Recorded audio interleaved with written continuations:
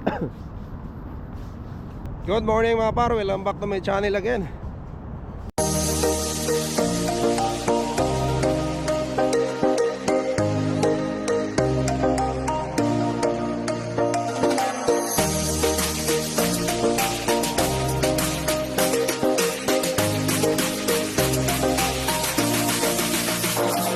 Ito, Davao del Sur, nandito. Oh, Canada!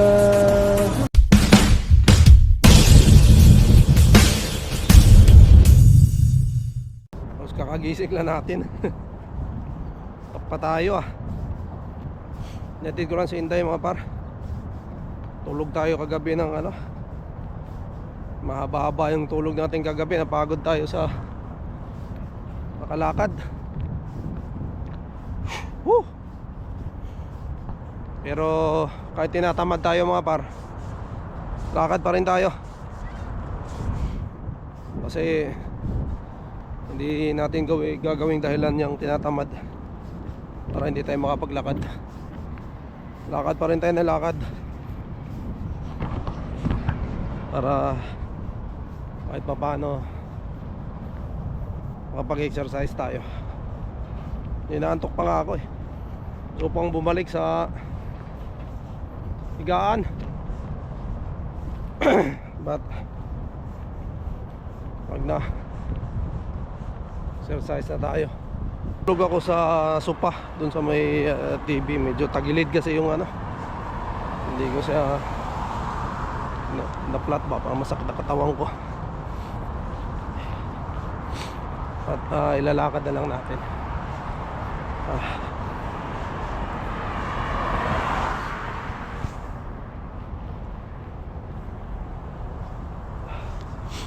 No, kahapon kasi sa ano to mga pare, nung Sabado naglaro tayong basketball.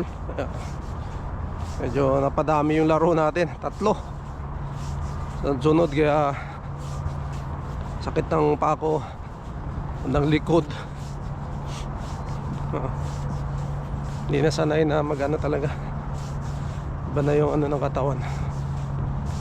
But okay lang. Ibig sabihin sumakit, ibig sabihin mga pare talagang na ano yung katawan ko.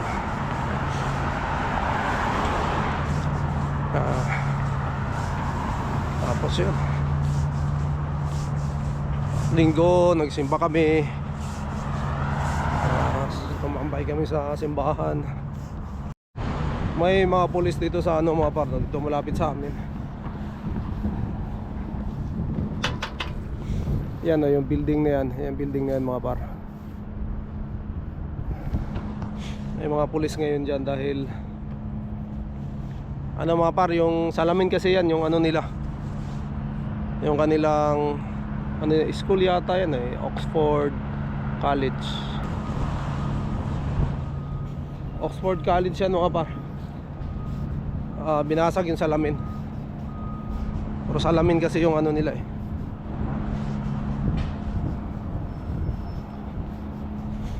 Yeah, meron yung nag-iimbestiga siguro.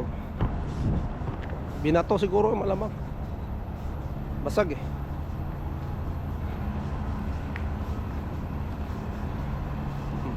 Siguro may CCTV naman yan mga par. Sakali makita nila. Maramihan naman dito ng ano sa labas. Ito rin oh, bangko binasag din oh. Ayan mga par oh. Basag din. Oh.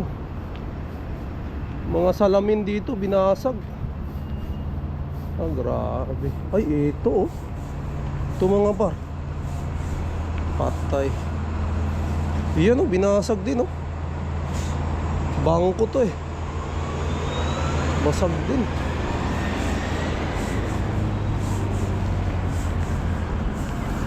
Patay tayo.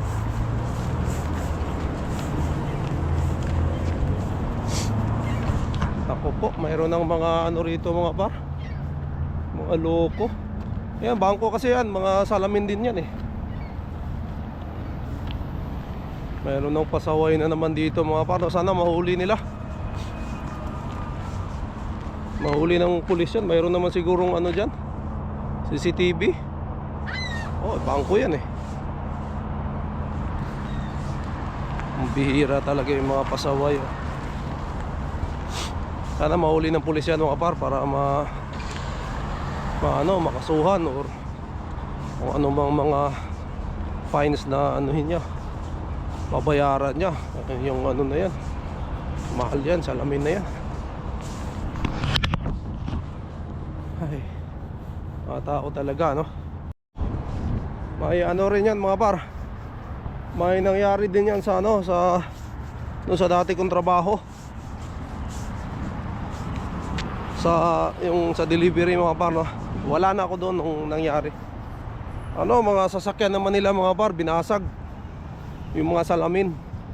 4 na sasakyan nila talagang basag. Ano yan yung parking lot namin doon eh. Pagka bandang hapon kasi wala nang tao mga par. Wala nang tao kasi nagdi-deliver kami lahat, no?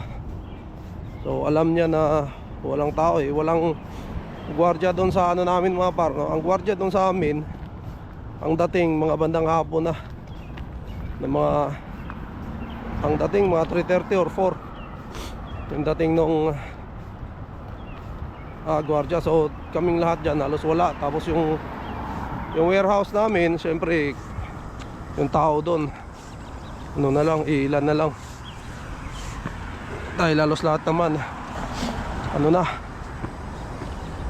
nasa labas, delivery, binasag. Tapos yung nakita mga pa, tinignan sa CCTV, mayroon namang CCTV. Ayun, tao, naka ano lang siya, naka hood. Tapos pinagbabasag niya. Nireport sa ano, ewan ko kung ano nangyari na. Nireport lang sa polis. Kasi hindi mo naman siya mahuhuli din agad-agad, no? Yung mga ganong tao dapat mahuli yan. Pero issue yung kasi mga pare, siyempre lalo na yung sasakyan mo, basagin niya, di ba? Pero issue yung kahit sabihin mong sagot ng ano, kung may insurance, no, sagutin, siyempre dadaan mo pa rin yan sa ano, abala mo pa rin yan, maabala ka pa rin. Eh paano pag yung sasakyan mo ay ginagamit mo, diba? Mahirap. Kaya dapat mga ganyan mahuli. Tapos doon din mga par, doon sa ano, sa trabaho ko na yon, may scooter, ninakaw din. Naka ano na eh, nakatali na mga par, ginupit. Yung tali niya kasi, yung tali niya sa scooter ay medyo manipis lang, kayang gupitin, ginupit, kinuha. Kaya nung nagka-scooter ako mga par, kung nakapanood nyo yung vlog ko na naka-scooter ako, 3 lock ang binili ko doon sa scooter ko. Tinali ko sa may hagdanan doon sa nagtatrabahoan ko, no. Tapos 3 lock, meron akong U-lock, meron ako yung galing sa Apollo na lock, yung pangmalakasan din na lock, no. Tapos may ano pa ako, yung isang lock pa na parang ano parang tawag dito, yung cable lock, o 3. So hindi niya basta-basta yun. Yung U-lock ko pa lang mga par, ang laki yung U-lock ko, hindi mo kayang gupitin. Pera na lang siguro lagariin yung hagdanan. Pero mapapansin siya. Yun lang naman ang ano rito eh. So sa isang buwan kong gamit yun, mahigit 1 buwan yatang punta ko doon, wala, hindi naman nakuha. Matatagalan siya dahil sa dami ng ano ko. Kahit magdala siya ng panggupit nila na pangmalakasan din, matatagalan siya doon.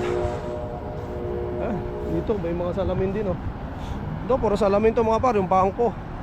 Kanina yung bangko eh, salamin din to. Ayan, may CCTV naman dito. Dapat talaga ulihin yun eh. Mula dito, salamin. Ano yan eh, pasaway. Ayan mga par, salamin oh. Ba? Puro salamin yan.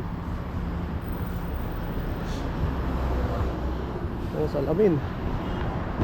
Hirap.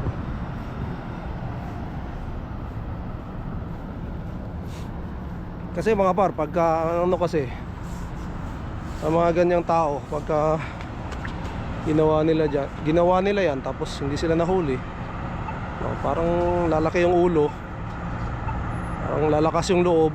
Sasabihin nila, wala naman, hindi naman na ano, gagawin nila uli. Pero kung masampulan mo yan mga par, hulihin mo yan, tapos multa o ano bang ano rito, hindi ba natin kabisado yung ano rito, batas kung makukulong ba or may multa ba. May punishment yan mga par, kahit pa paano, kasi so, property ng iba yan eh, tapos sinira mo, malamang meron niyang parusa. Tulad ng mga restaurant, pag binasag mo yung mga salamin dyan, ay papayaran mo yan.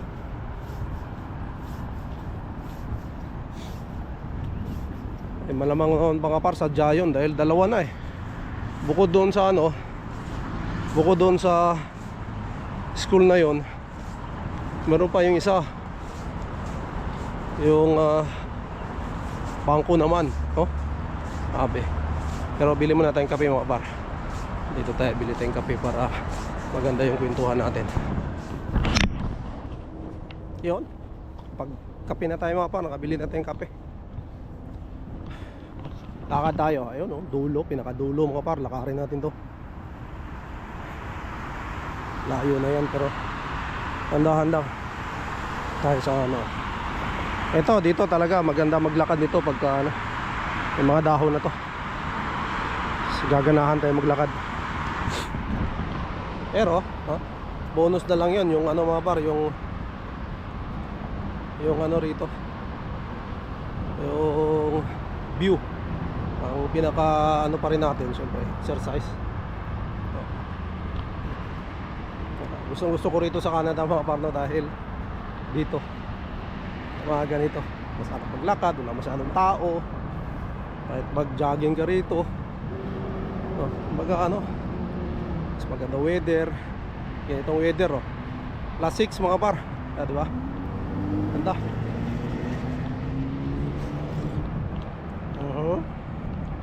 Si Mrs. ayaw maglakad eh. Kaya pahinga daw muna siya.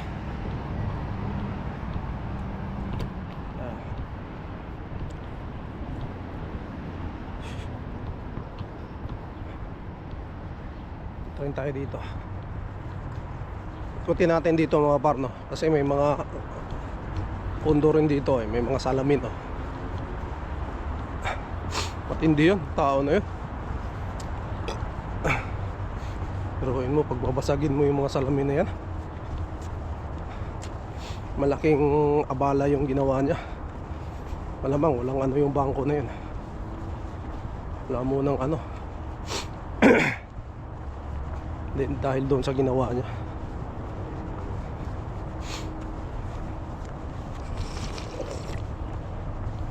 Dito, tulad sa amin, doon sa tinitirahan namin, may mga salamin din doon. Pero may gwardiya naman doon.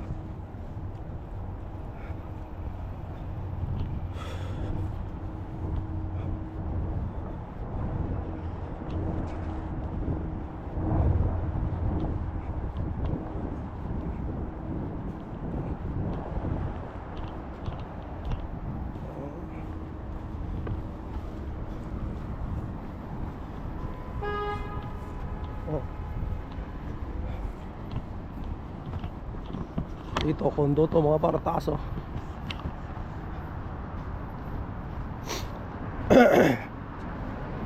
Op, ano to? Uy, ganda pala dito. May mga ganito sila ayos parang ano to, uwan naman nakatira rito. Ayun tayo mga para. Oops. Yun lang. Po ano. Po dyan, di ba? Yun lang ang problema. May basura. Hindi mo nang tinapon. Ito lang yung basurahan, oh. Ito lang, parang basurahan. Mga 5 steps lang. Hindi mo na tinapon dito. Dito po tayo. May tropa, oh. Whew. Tropa. Tabihan natin. Binabasa ni ate, no. Ayan, may bag siya. So binabasa siya. Diba? Ano to? Pwedeng mag-ano rito. Siguro noon sa basa. Ayan, nakaharap ka dyan, no. Ganda ng ano view niya. Ganda rin magtambay rito pagka ano, oh. Dito ka lang, oh, habang nagkakape.